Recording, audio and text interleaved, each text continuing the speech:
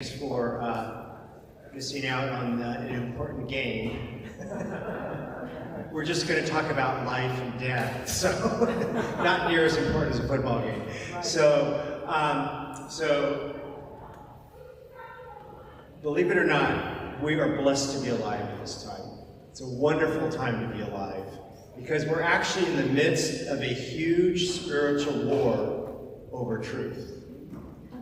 And the beauty is, God is truth, right? And truth is also binary. Truth is reality.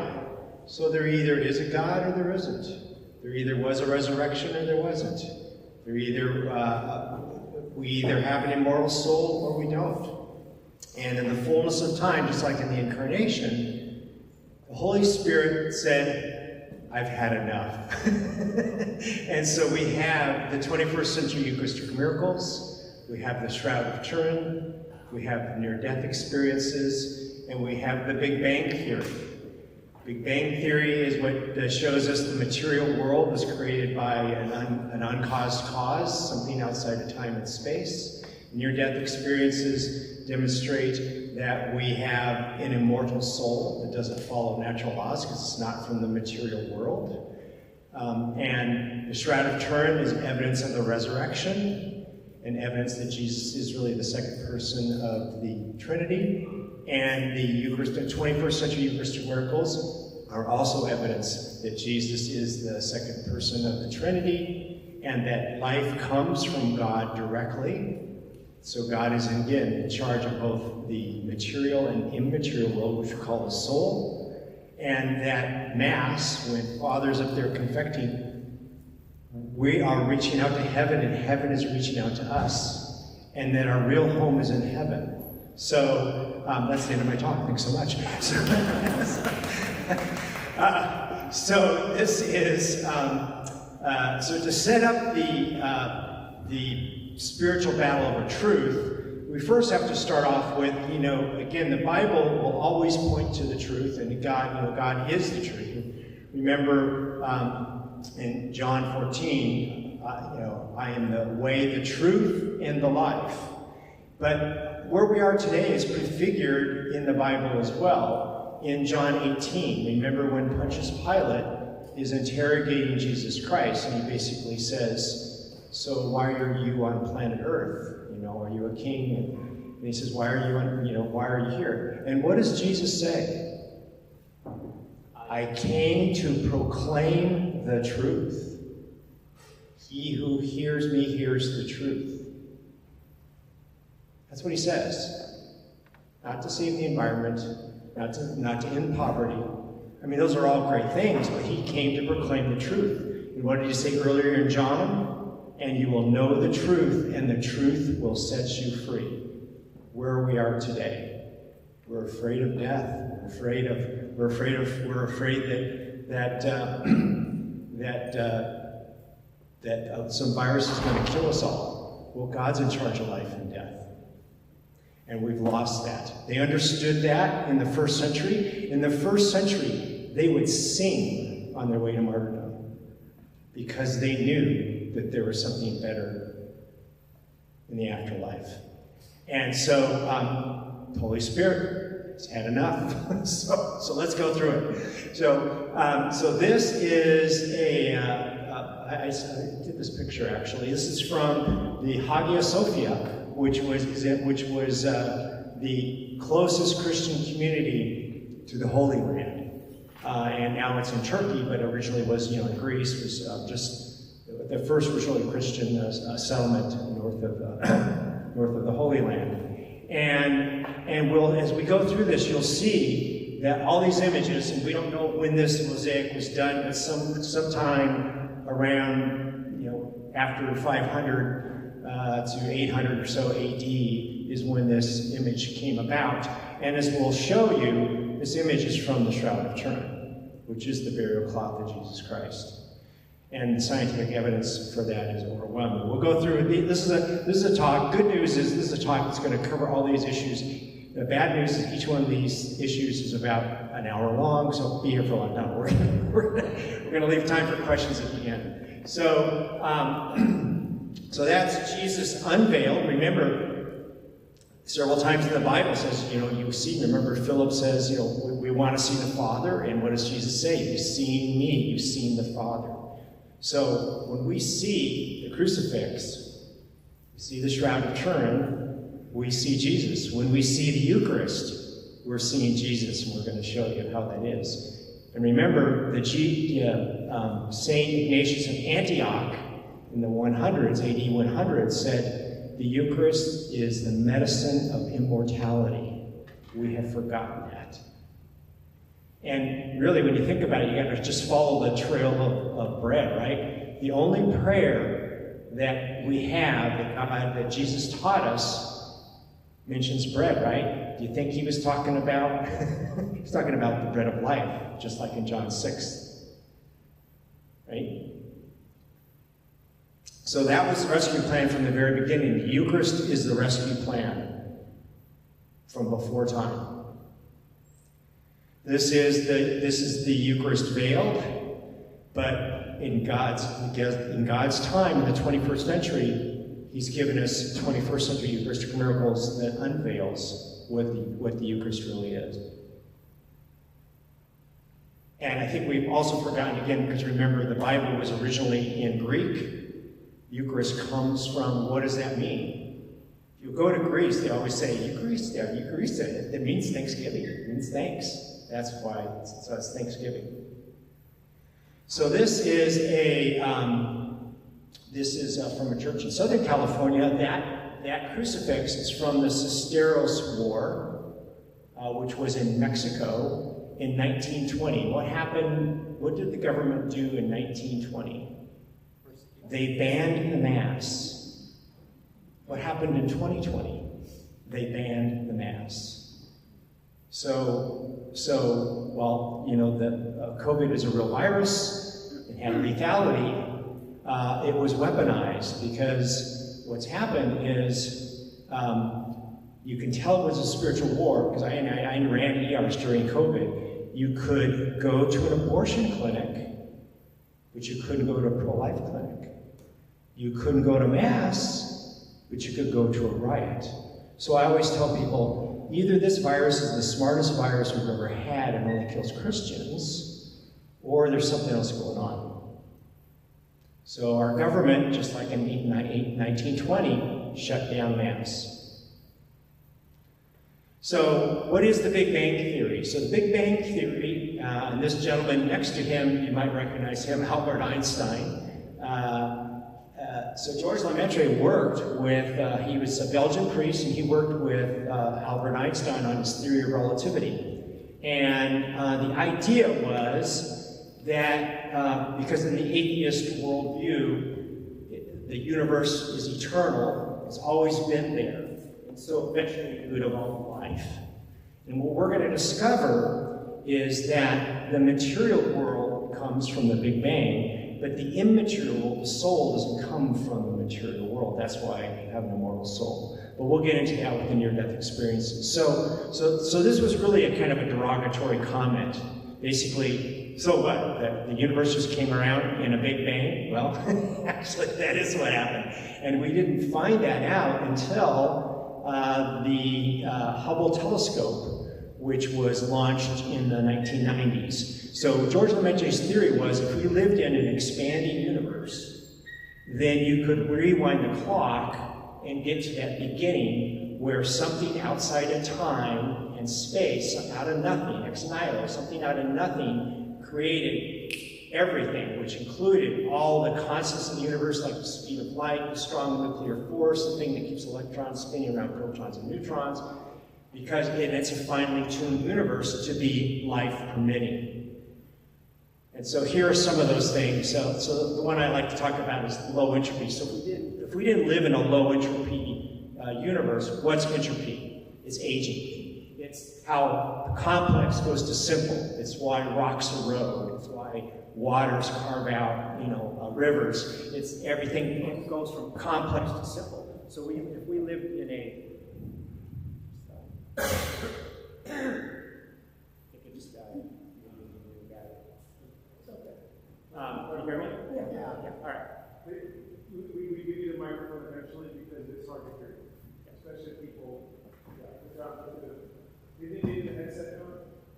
So that's entropy right there. That's entropy in action. The battery goes dead. That's just the suns die out. The energy of the suns die out. That's entropy in action. It's an inviolate natural law. Okay? Natural laws were created at the moment of the Big Bang. And so this one with entropy, the probability of a low entropy universe, because again, if we had a high entropy universe, you'd form a cell and it dissolve away, right? Rocks would form and they dissolve away. So,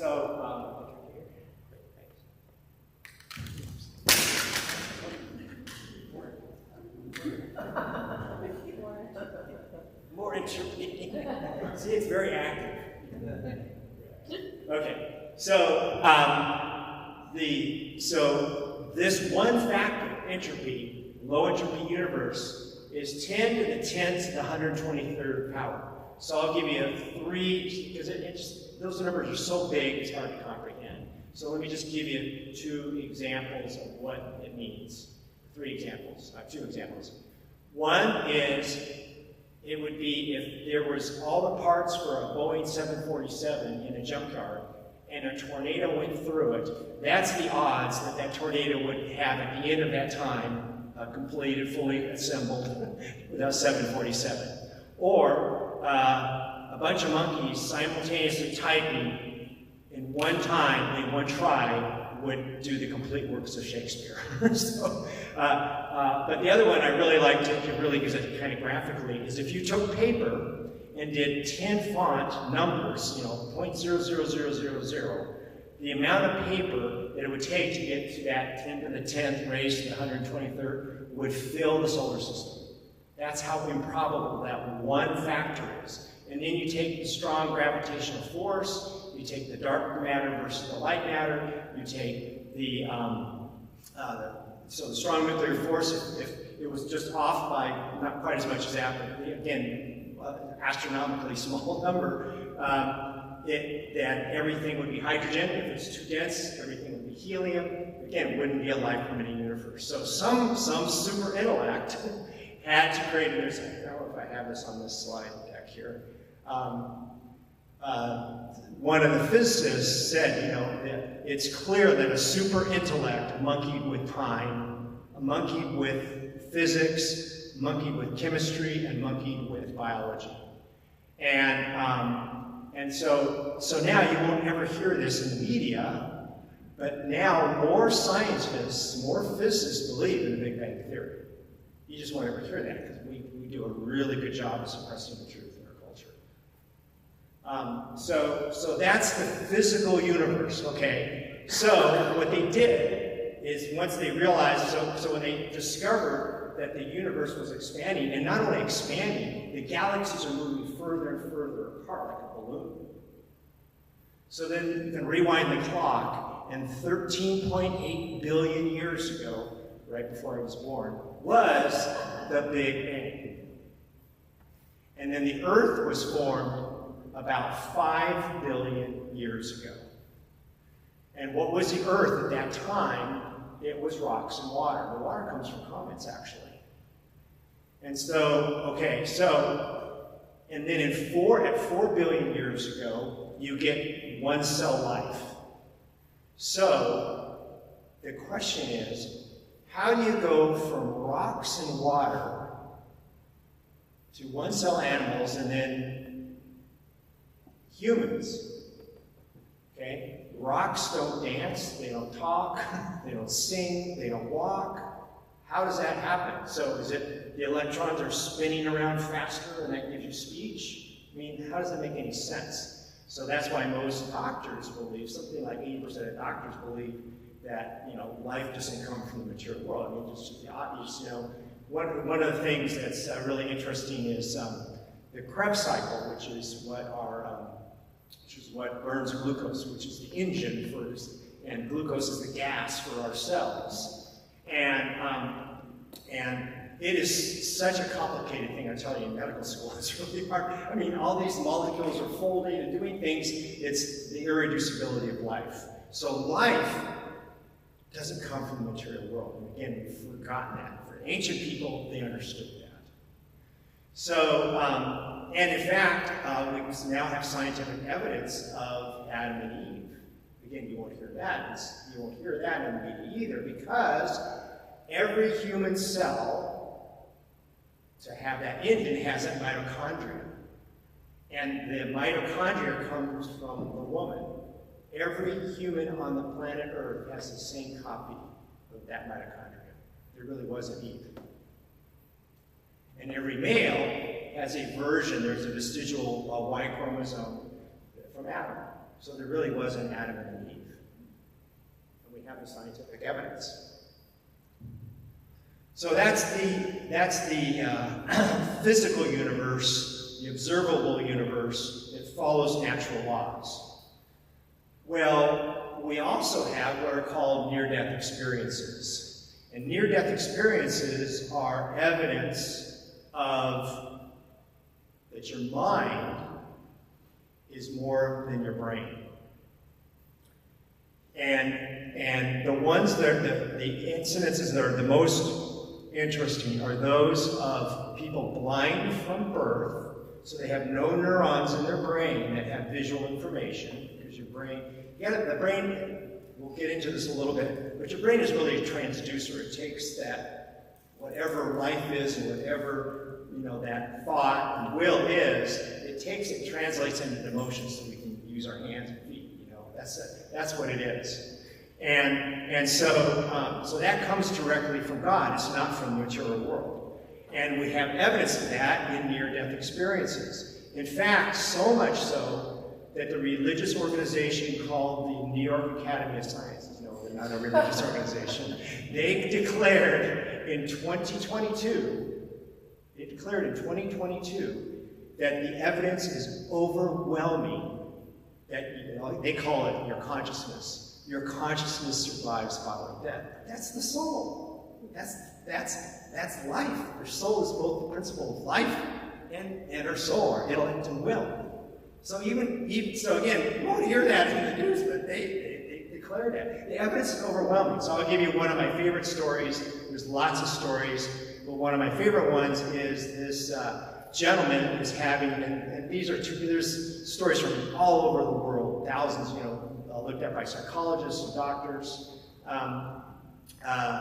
This gentleman is having surgery in a hospital that has 4 floors, and so he's blind from birth, and the surgery doesn't go well, and he had what we call clinical death. And that's when we're doing CPR, breathing for people, pumping on their chest and breathing for them. No brainwave activities, or people's are fixed and dilated. They're clinically dead. Well, sometimes they come back. So this gentleman, he floats out of his body, like how Jesus floated in the upper room.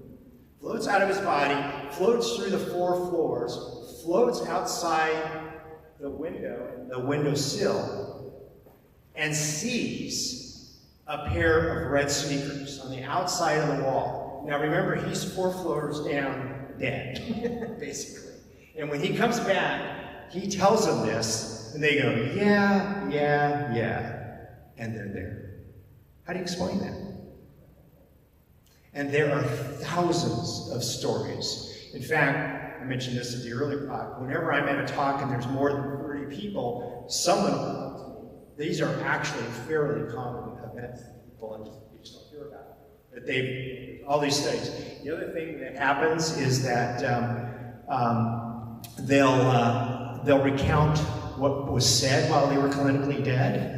A nurse or something will have lost their glasses, and the person will say, well, yeah, when I was dead, the nurse with the red hair put the glasses in that 4th drawer down there, and they're there. Again, how do they know that when they're dead? And the other thing to think about it, this is why I say the brain, the transducer, is these people blind from birth can see. Think about it, right? And then the other ones that are very interesting are children. They need dead relatives. Who's Aunt Maud? Who's Aunt Mary? And they all have one thing in common. Guess what it is? They lose their fear of death because they see that there's something better on the other side. In fact, most of them don't want to come back. It's so wonderful. Now that's 85%. 15% don't have a positive experience. There were ISIS fighters on the field that had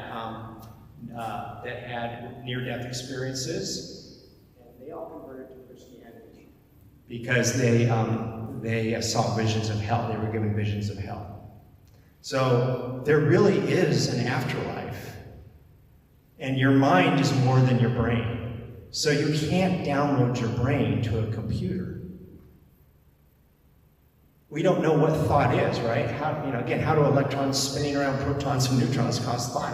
How's the concept of the number 3? How did language develop? All these things. How are we self-reflective? How does that happen? It comes directly from God. So life comes directly from God. Yes, our bodies come from earth. It says that in the Bible. The Bible's not a scientific tract, but it gives us clues. It was given to a world that didn't understand science. And now, that's why we have all this evidence now. God wants to show us that this stuff is real. So let's talk about now why the Shroud of Turin is the burial cloth of Jesus Christ and evidence of the resurrection. So this is a photograph of the Shroud of Turin. So the Shroud of Turin is 3 cubits by 1.5 cubits. So it means the image of Jesus Christ. If this is Jesus Christ. He was a tall person. He was between 5'10" and 6'1". In those days, the average male was about 5'3" to 5'4". So he stood out in a crowd. Also, if you note, there's he looks like a rabbi. Remember, they call him a rabbi. The long hair, there's even deep to the image, there's a phylactery, the little Bible, the Torah that they have, and deep to the eyes are Roman leptons minted by Pontius Pilate from AD 29. So I always tell people, science, we just talked about what science can and can't do. Science is about probability, right? It can't actually prove anything. It can just probability. The probability, we just said, the probability that all those constants work together is so astronomical that there wasn't an outside intellect manipulating physics, biology, and chemistry. Well, the same with the shroud. We're going to go through just some of the evidence. Again, this is just another whole lecture. Just give you some of the evidence. It is a perfect 3D image. So if you put a burial cloth, which is a sheet basically, over you, it hits the nose, it hits the cheek, it hits the ears. Look at this. It's a perfect image. It's in the entire body. You see every square inch on his body. And it's on the upper 0.2 microns of the flaxed linen burial cloth, which upper 0.2 microns, which is smaller than the width of a human hair. We don't have that technology today to do that. And we'll just go through some of the other medical evidence. So again, like I said, back to probability. So it's possible that aliens from outer space that have technology that we don't have came and did this. But we're going to go through all the different things they have to do. And the final thing they'd have to do is they have to be able to travel through time, because this has type AB blood, which is the rarest blood type in the world. That's in 12% of Jewish people. And the Lanciano Eucharistic Miracle 750 has type AB blood. And every 21st century Eucharistic miracle has type AB blood. So again, those aliens have to travel through time. So what we just say, that's God. So, and then also if you look at the hands, and we'll show it better on the, so it's a 3D image.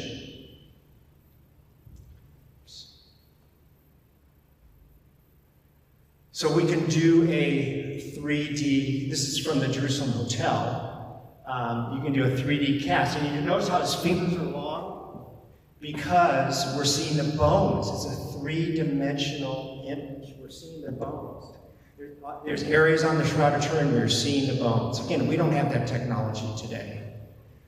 And the only reason we know they're 3D images is because, remember when we faked the lunar landing in 1969? They had to invent, because pictures are only two-dimensional, right? And you don't want to land the lunar landing on top of a mountain on the moon. They had to figure out how tall the mountains were, so they weren't going to land on top of them. So they invented this VP8 analyzer. And if you take a picture of you or me and you put it under this VP8 analyzer, it looks like a Picasso where your eyes are over here, your head, your nose is down there. Well, you take a picture of the Shroud of Turin and you get this 3D image. It's a unique 3D image, and it's actually a nuclear image. We'll go into that in a second too. So, just like in the biblical accounts, there's over 100 scourge marks, and it perfectly matches the Roman flagrum, which is what they used to scourge. And then, the crown of thorns area, you can see that reverse 3 up on the forehead. That's from bleeding, that's blood bleeding. And the Max Fry, who was like kind of a CSI for Europe, he did a pollen sample of the entire shroud. And he found pollen samples from Constantinople, because it was in Constantinople. He found it from that area in Turkey, which was Greece, Edessa, where the shroud was actually found in the 500s. Yeah, too, if you want. But he couldn't identify the pollen fragments on the crown of thorns. So he went down to Jerusalem, and that's where he found it. So again, those aliens are pretty darn clever. So it showed that this shroud was there, and then so the odyssey of the shroud. Because remember, people wanted to destroy it, right? Because that's evidence of the resurrection. They kept it secret. No one knew that it had this. And in 525, they were repairing the walls of Edessa, the fortifying walls, and they found what they called the portrait of Jesus, and it was really the shroud all folded up. And here's another, just kind of an interesting aside. Remember Joseph of Arimathea? This is why things are in the Bible, to connect for us to our day. Go, oh, okay, now I understand that. Remember, it was he was a very wealthy man. Well, the quality of the Shroud of Turin, which the shroud, the burial cloth of Jesus Christ, is of higher quality than the flax burial shroud of Queen Cleopatra. And it has a unique 3-on-1 herringbone that was only in 1st century Syria. Again, clever. Aliens are just very clever. So clearly, medieval people didn't have this kind of technology. And then it's in a state of rigor mortis. Remember, he shall not be corrupt. And so rigor mortis lasts about 40 to 48 hours. So the LA County Examiner, there's been several forensic, and they go, oh yeah, this is the image of a body of a man crucified just like in the Bible, and it's in a state of rigor mortis. So there's no decay. There's also no broken bones. There is something broken. So your nose is mainly cartilage, and so the tip of the nose is broken. Because remember, Jesus was hit several times. That's why it's mentioned in the Bible. But that's what's broken. The bone is up at the very top. It's just a very small part. It's the bone. So there are no bones broken. And again, they put the nail through the wrist. Because they didn't have a name for wrist in those days. They just called everything the hand. And it goes right through there. And that's why there's 4 fingers. Because when you put a nail through this, you get the median nerve, and it causes your thumb to curl over. And remember, we said those are 3D images. You're seeing the bones of the hand. Perfect image. I could go on and on. There's so much. I mean, again, you put probability of each one of those, it just becomes so close to 0 that it's so then why does it date to the Middle Ages? Well, we have that answer now too. So remember, this is a linen garment. They didn't have cotton until in the Middle Ages. In the Middle East, cotton didn't come around until about the year 800 and didn't reach Europe until about 1200 or somewhere around there. everything was made out of flax. That's why we have linen. That's why the linen is used up here, because flax is what linen is made out of. Cotton didn't come until years later. So, so when they did that 1978 STIRT program, which was a bunch of American scientists, they came to the conclusion that there's just no way this is not the burial cloth of Jesus Christ, so let's go ahead and do the 1980, let's do the carbon-14 dating. Well, unfortunately, the Italian scientists kind of got jealous, and so they said, okay, yeah, we'll do it, but we get to pick where it was. So the Americans, they wanted to do it 6 different sites on the Shroud of Turin. The Italians, scientists, decided, we're going to just do one area. Well, guess what? They did it right here. These are the burn marks from the fire of Chambray in 1532, and they did it right there where it was damaged. And to even have further proof, the Poor Clare religious order documents in 1534 they repaired the Shroud of Turin from the 1532 fire. So those marks, those odd-looking marks, are from, because it was folded in a silver box. It was kept in a silver box. Silver melts at 1700 degrees Fahrenheit. That's why you have those burn marks. But if you notice, it doesn't get the image at all. And then what do they do when even today? What do you do when you have a fire? You douse it with tons and tons of water. Well, if you took the Mona Lisa and douse it with water or any sort of paint or dye or whatever, it moves, right? It smudges. It didn't move because it's a nuclear image. So let's go back to now. So now we've established that they took it from this burned area. We have that it was repaired in 1532. Well, here's the real clincher. When they went back and looked at the sample that was sent from 1998 compared to the samples that were taken in 1977 or 78, the samples that were taken in 1988 had cotton in them. So they're dating the repair. They're not dating the Shroud of Turin. But again, if you type up Google, it won't tell you that.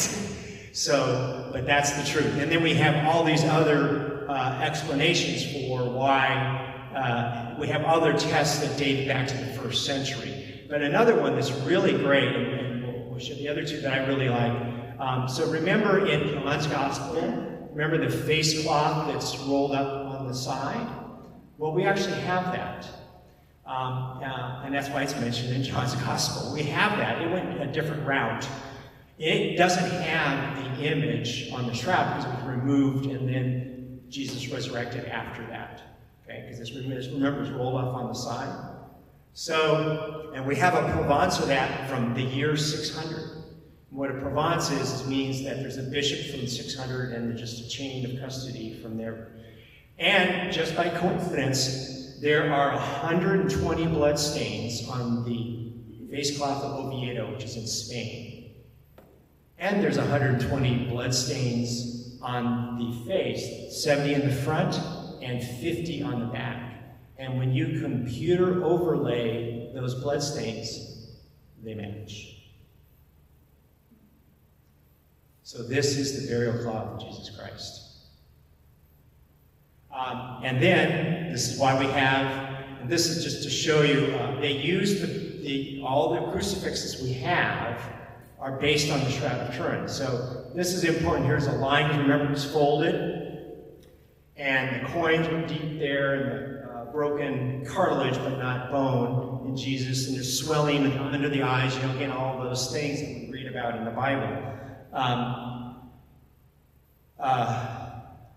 So here's the Shroud of Turin, and you can see, starting in the 4th, 5th, 6th centuries, we start seeing what we have as a crucifix. Because prior to the year 500, they had these whimsical drawings, they had these whimsical mosaics and stuff, because no one really knew what Jesus looked like. Well, now we know it. So we actually get to see Jesus. He really is what we're seeing on the icons. And then, I love this. So, oh wait, did I go back?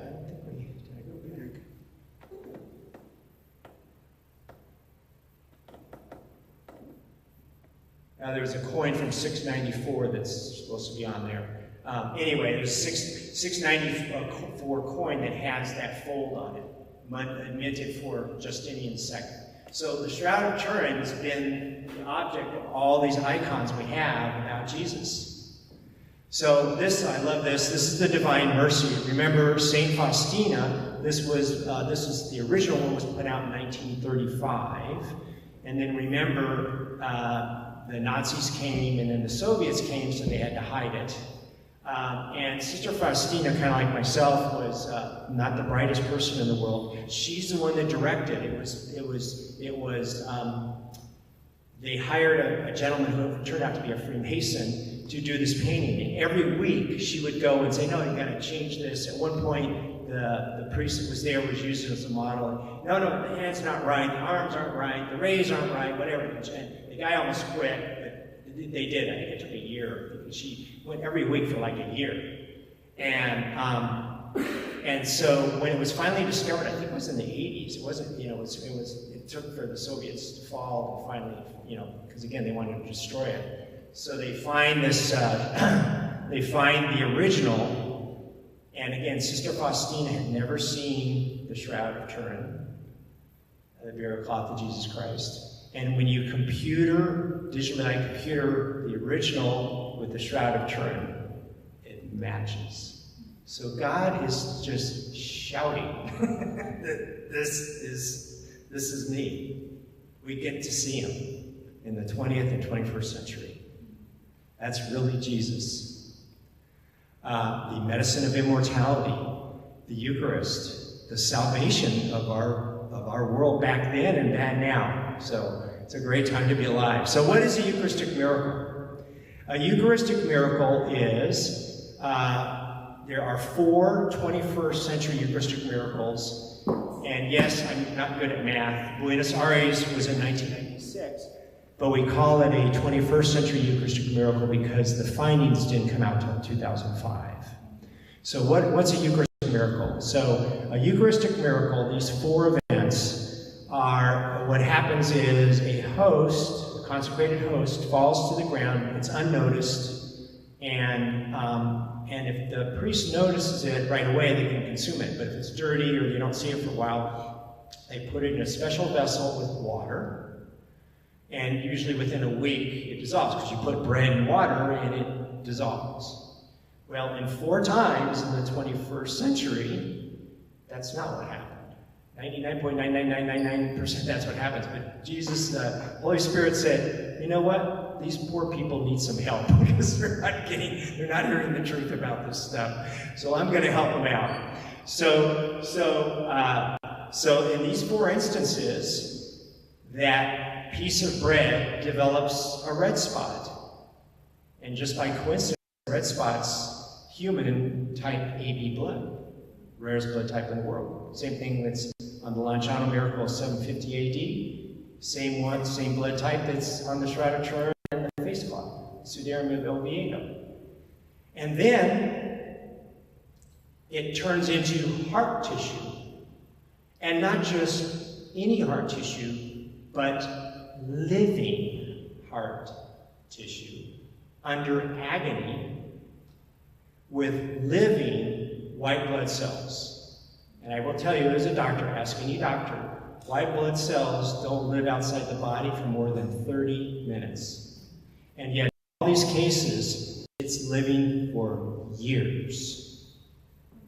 What is that telling us? Life doesn't come from the material world. God's in charge of it. So let me show you these, and then we'll go through them in detail. The other thing I put on there is Carlo Acutis. God has an amazing sense of humor. He's showing us that Carlo Acutis is a millennial saint, right? Because remember, he's the kid who died at age 16. No, or was it 15? Age 15. He died at age 15. And he's the one that did the Vatican thing about all the Eucharistic miracles. Well, so he died on October 12, 2006. 10 days later is the Tixla, Mexico miracle of October 22nd, 2006. And then 2 years later, on Sokoka, Poland, it's the same date, but 2 years later. And then somehow they got pushed down. Is the last one is Legnica, Poland, is on December 25th, 2013. Now, there's something about December 25th that rings a bell. But anyway, on December 25th, God is shouting, this stuff is real. We're going to go through each one of these. So this is my photograph too. This is from Lanciano. So I actually saw the Shroud of Turin in 2015. That's how I got on into all this. My wife was also a physician. We lived in Menlo Park for a while. I was a professor at Stanford for a while in school. And we went on our first ever Catholic pilgrimage.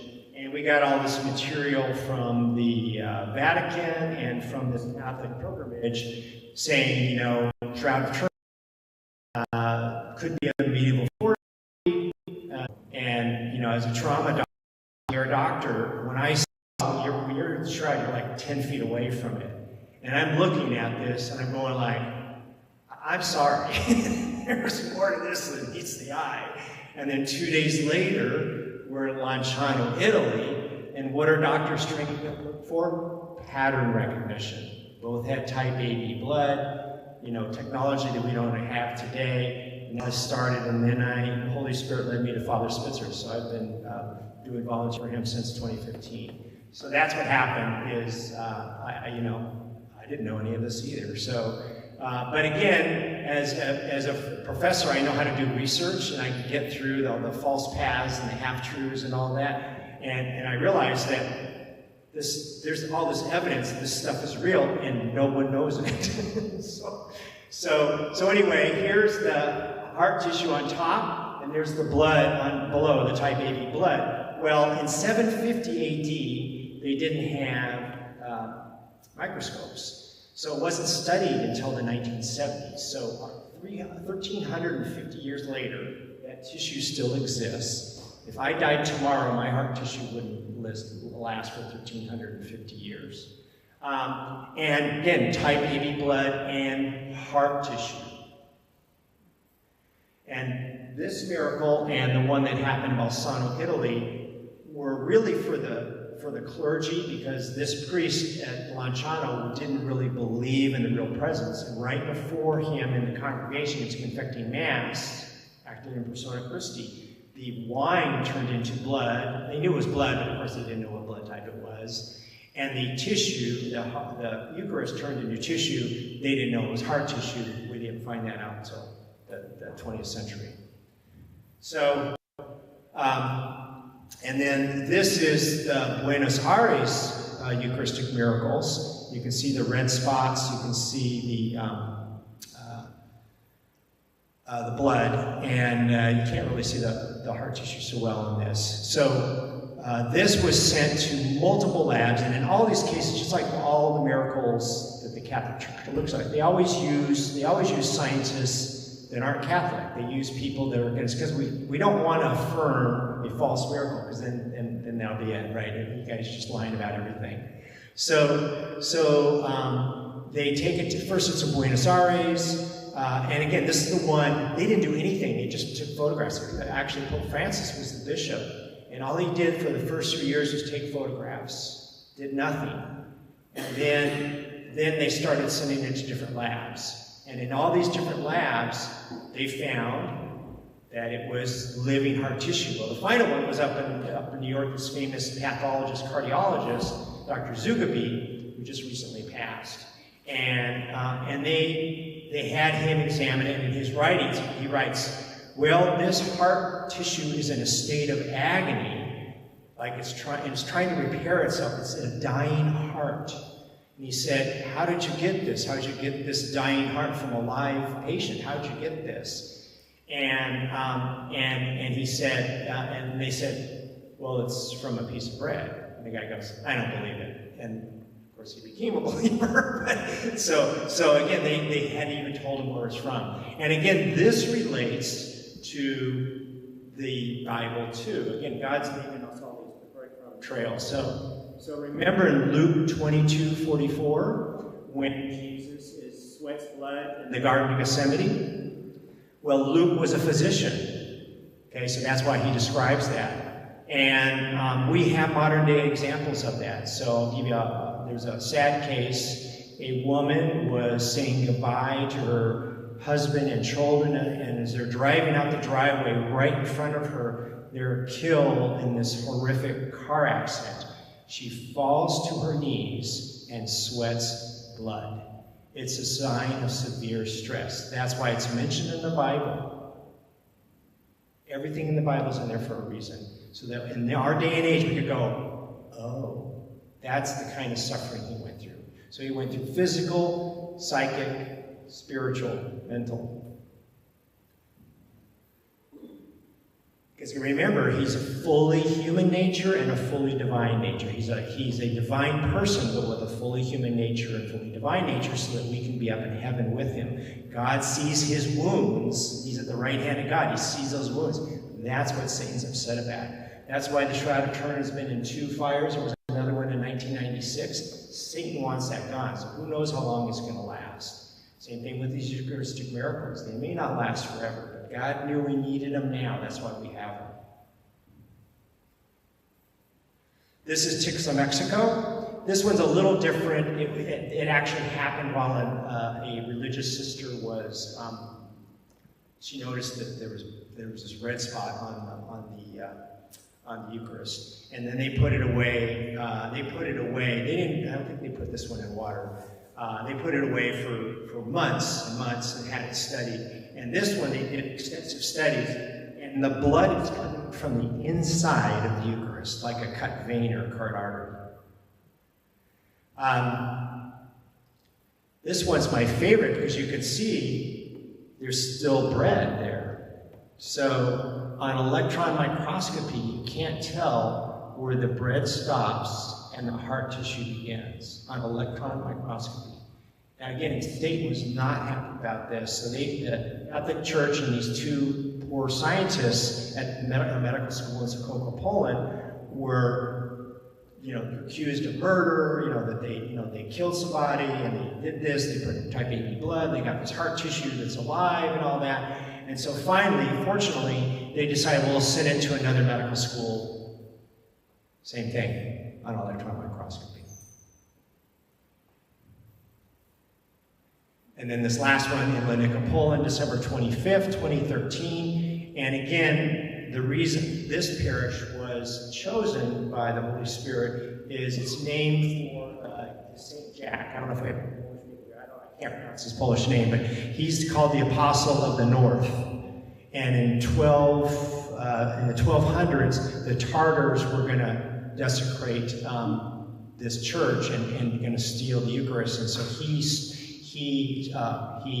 saved the Eucharist from being destroyed, just like the Romans did in the early days. And the church was named after him. So that's why, God decided to do it on December 25th, and also at that church. So that's the reason. So hopefully I haven't gone too long. That is, that's what I wanted to talk about, and just again remind you that they're all connected. Everything in the Bible is connected. On the surface, it's very simple, but it's all connected so that we can believe this stuff is real. So life comes directly from God. That's why abortion's not good, because we don't create life. We contribute DNA, but DNA doesn't code for life, it codes for proteins. That life comes directly from God. But he also created the physical world so that we could live in a life-permitting universe. And then he loves us so much, not only did he send his son, he now gives us this evidence because the world tells us that it's all been disproven, and yet it's just the opposite. He's trying to help us, and do we need the help? We're in this crisis of truth. But there is truth. The light of truth always overcomes the darkness. So our job, which has always been our job, is to get is to work with the Holy Spirit to get more people to heaven. Because the two scariest passages in the Bible are, remember when Jesus is talking to the Pharisee. He doesn't like false teachers. So before ever I talk, I say, please God, don't strike me. That's when he false teaches. So he says it'd be better if a millstone had been put around your neck and thrown in the sea. Okay, well, that's kind of weird. But then the second one's even more, really good with the second one. He's talking about Judas. He said, it would have been better if he'd not been born. What does that mean? So what does the world tell us? You go into nothingness when you die. What it means is you don't go into nothingness when you die because you have an immortal soul. It's not part of the material world. And you go one destination or the other. And that's what we see with the near-death experiences. This stuff is real. Just because we can't see it doesn't mean, we can't see atoms, doesn't mean they're not real. There's a physical world and there's an immaterial world. And the immaterial world is where life comes from. And so that's why it's an exciting time to be alive. Joan of Arc said, through the grace of God, I'm born for this. You're at this time of life. You're alive right now to help because we've lost Christendom. We now live in a world that's hostile to Christianity. Canceled Mass. So, but God's with us. And just like the readings today, He created everything. He created the angels and the fallen angels. And they realize it. They're just trying to scare us. He's already won the battle. He's already defeated death with the resurrection. Yeah. Oh, is that what it is? Okay, thanks. He has defeated death. So we have the bodily resurrection. That's what the Passion was about. But we already had an immortal soul. If we follow Him, we go to the right destination. If we don't, we don't. That's the second death. And that's what happened with Adam and Eve. We're good people. Life is good. We just have we have concupiscence. We have a tendency to sin. But God has redeemed us. He's opened up the gates of heaven. And God, when He looks, He sees us. And that's what we get to see in the Eucharistic miracles. We're seeing that God truly is present, just like at the apostles' time, because He's outside of time. So time has collapsed. When He says, this is my body, remember His word, if you read John real carefully, He's talking about, He's fighting the Gnostics, that the body is bad and the spirit is good. That heresy is resurrected today. In the, the 13th century, the Albigensians and the Cathars, which were Catholic sects, they didn't want people to have kids because the body's bad. That's where we are today. God's in charge of life. And what's His first command to it? Be fruitful and multiply. He wants us to have children. That's what we're fighting. We're fighting truth. Either we're our own gods or there is a God. And He's showing us, so if someone can show me the evidence that we're God, it's kind of a heavy burden, but okay, show me the evidence. We have evidence that there is a God, and He loves us. He wants us to join Him in heaven. So thanks, and I'll take all your questions. Yes? The veil about the widow. Yeah. Would that have been placed underneath the shroud or on top? It was put on, no, so they put the face cloth, so they horrible. Crucifixion is the most horrible torture, whatever. And then when you die, they put the face cloth on to soak up the blood. Then they remove it, then they put the shroud on. I have a slide that shows that, but I just didn't have time to show it. So they put the face cloth on as they took Him off the cross. Then they removed it and rolled it up on the side, and then they put Him on the shroud. They put the shroud. There's a slab, and if you go to Jerusalem, you go to the church there. There's a slab that is believed to be where it's put in. They would have the bottom of the shroud there because it goes around, and they put his back on that. So actually, the image on both sides. They just didn't show that because they have limited time. Well, and the next question came up was why somebody would leave the cloth in the tomb. You know, so that was just because remember they were trying to get him down quickly because it's Passover. Yeah, no, it wasn't about getting down too quickly. I just watched someone describe how they processed the bodies of Hamas victims. And this woman said every drop of blood in Jewish custom must go with the body to burial. So that's why it could be why the veil is still there. Separate. It's called face cloth. Yeah. So because it had his blood, it had to stay in the tomb. Sure. I mean, yeah, they wrapped him up and they placed him in the tomb. Jewish burial custom. Sure, but they also were coming back. Remember, they were coming back to add the spices because that's also part of their custom.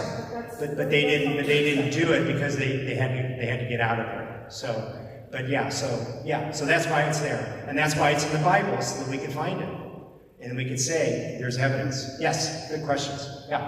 I have. First of all, I just wanted to say this is so great because we all read these little pieces. Right. Like you've given us instead of a couple of letters, like a couple of encyclopedias, and just with your background and training and wisdom, it just makes everything just fits.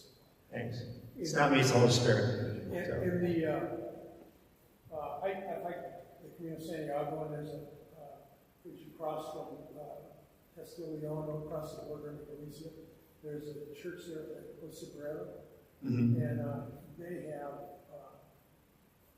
the same sort of miracle happened there. And they have the host, and they had the blood and the chalice. Yeah, I've heard about that one. Yeah. Anyway, so. Yeah, the reason God did give us in the 21st century is now we have the science to really look at it. And that's why he did it. The same because in 750 we didn't have the science. And now we have the science and we can see with electron microscopy and all. That's why God, in the fullness of time, did it now. Because now we have the science, and now they are claiming that, it's all made up, and yet we have the science saying, no, it's not made up. It's actually, that's the truth. It's still there in the church. Yeah. Yes?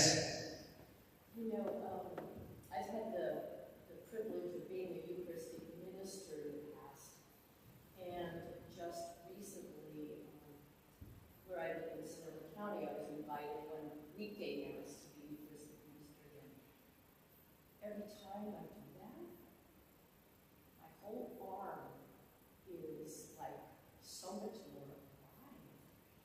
So what I wonder is, these are beautiful miracles, and why are we not feeling that more in our hands when we receive Christ?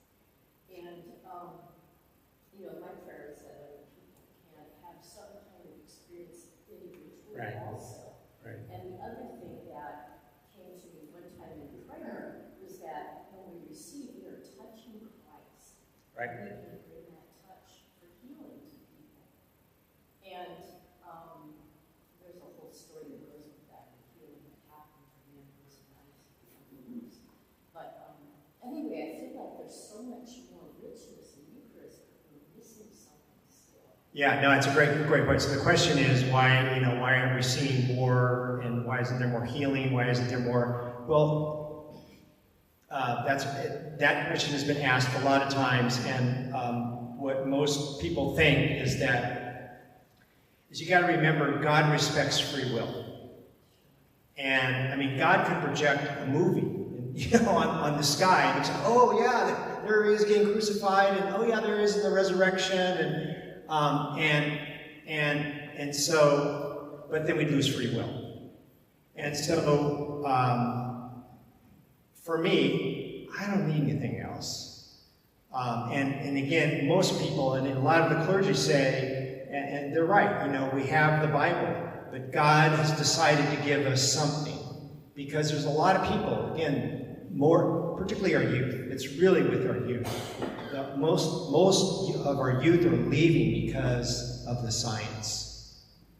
But, older, we have the faith, but again, our culture's done a great job of suppressing the faith and claiming. So that's why Father Spitzer started this Maja Center, is that it's the number one reason the youth leave, is that, and I will tell you, I've been to a number now of high schools, colleges, grade schools, usually 5th, 6th, 7th, and 8th when you come here, in high school. And I will tell you, even in Catholic schools, they haven't heard this.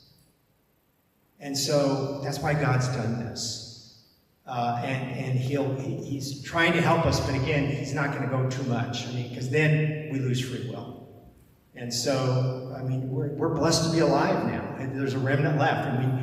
If you look at the history of our church, every 500 years, there's a huge crisis. Well, we're in it.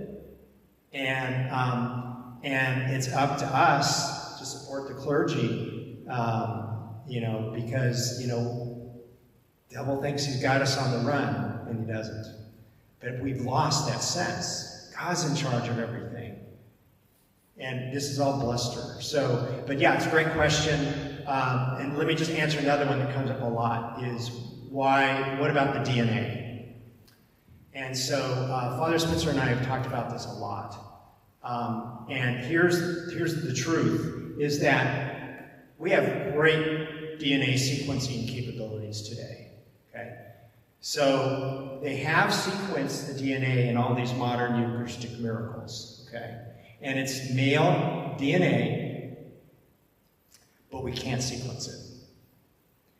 And yet we have all the science we can do it. And so what both of us think is that God doesn't want us to get confused. DNA doesn't cause life. See, the heart and the blood is from Mary, right? Because God is complete. He doesn't have, he's fully human nature, fully divine nature. And so God doesn't want us to get distracted, just like why I think he doesn't want us to have, Eucharistic miracle every day. Because we'd get distracted. There has to still be that leap of faith. And so, again, that's why I do it like I do it. It's like, we got the near-death experiences, we got the Big Bang Theory, we got the Shroud of Turin, we got the Eucharistic miracles. It's like, in my view, he's shouting. December 25th, it's like everywhere you turn. I'm amazed he's done this much. We don't deserve it. So, it's just amazing. That's how much he loves us. He's giving us what we can. Because really, if God appeared to us, what did the Jewish people do in the Old Testament? They didn't want to see him. It's too overwhelming for us. He doesn't want to overwhelm us. He always invites us. That's the difference with us versus the other, don't have the fullness of truth. They're commanded to do things. He's a loving Father, and he's gently guiding us, saying, "Hey, take a look at this," and inviting us to say, "I don't need you, but hey, why don't you take a look and maybe So we're in a lot of ways we're back in the first century. It's a little bit. It's harder in some ways and easier in others. So it's harder in that in the first century, people believed in gods, they just believed in multiple gods and maybe a different God. In today's world, we have people that have rejected the concept of God. There were pretty few and far between atheists, up until about 1700s, really. And so we've now people that have rejected the idea of God. And they've used science and that's what they're doing with our kids, is to use science as a weapon against them. And that's why God has responded. He loves us. He loves our kids more than we do. Yeah. Isn't it? So why don't we get some subject checks first? Oh, yeah. So let's do one more, and then if you want to stick around, we can Okay, yeah, that's fine. Yeah. So one more. Yeah. I hope you might shed some medical insight into an experience that I had. You referenced early on about the accounts of people in your death experience. Right. Being able to recount things that there's no explanation for. Right. My mother died in my arms after having multiple seizures.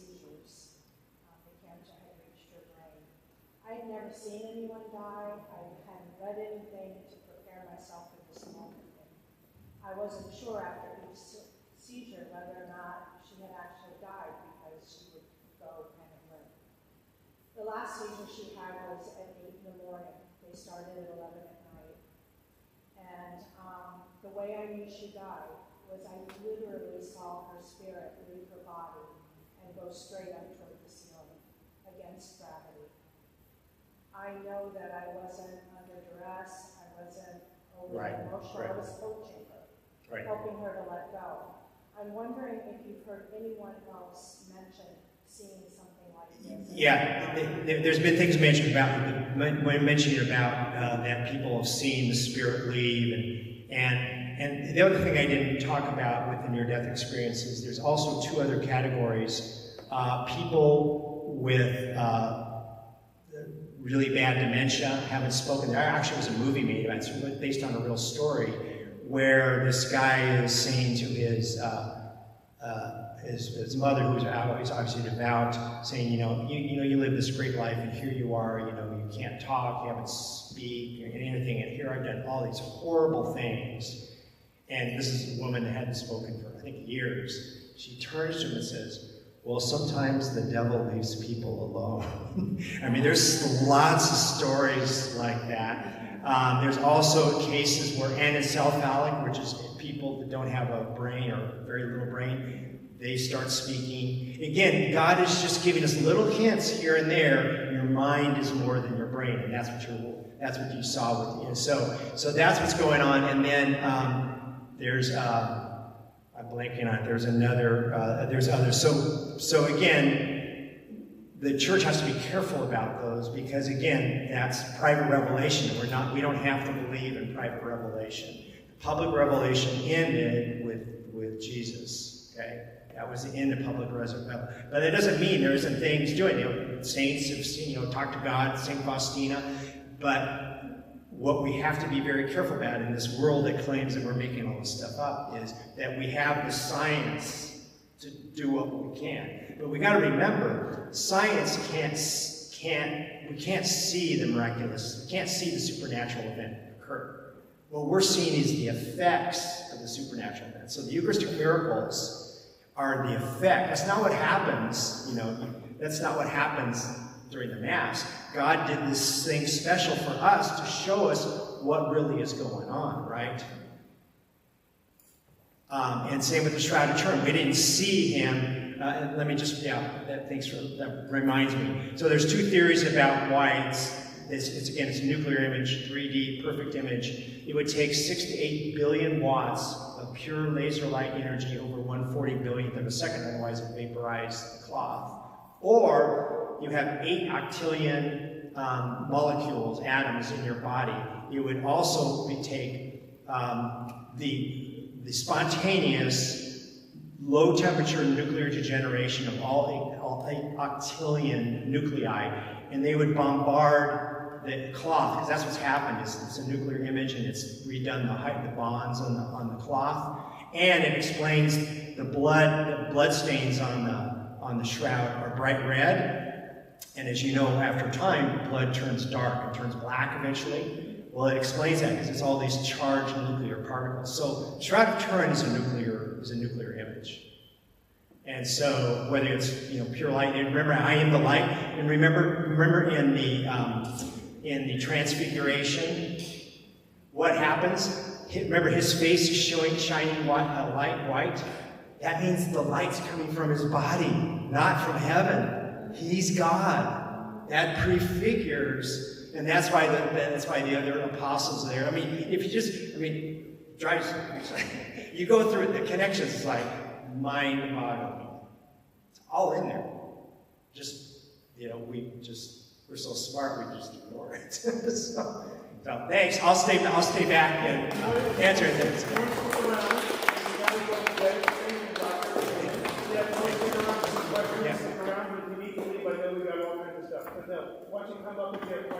Great questions. In fact, if I don't get questions, I think I really blew it. So I really appreciate the questions. Yes. So just wait 2 seconds to leave the last question. Thank you. Thank you. Thank you. All right. Thank you. Anybody wants to stick around?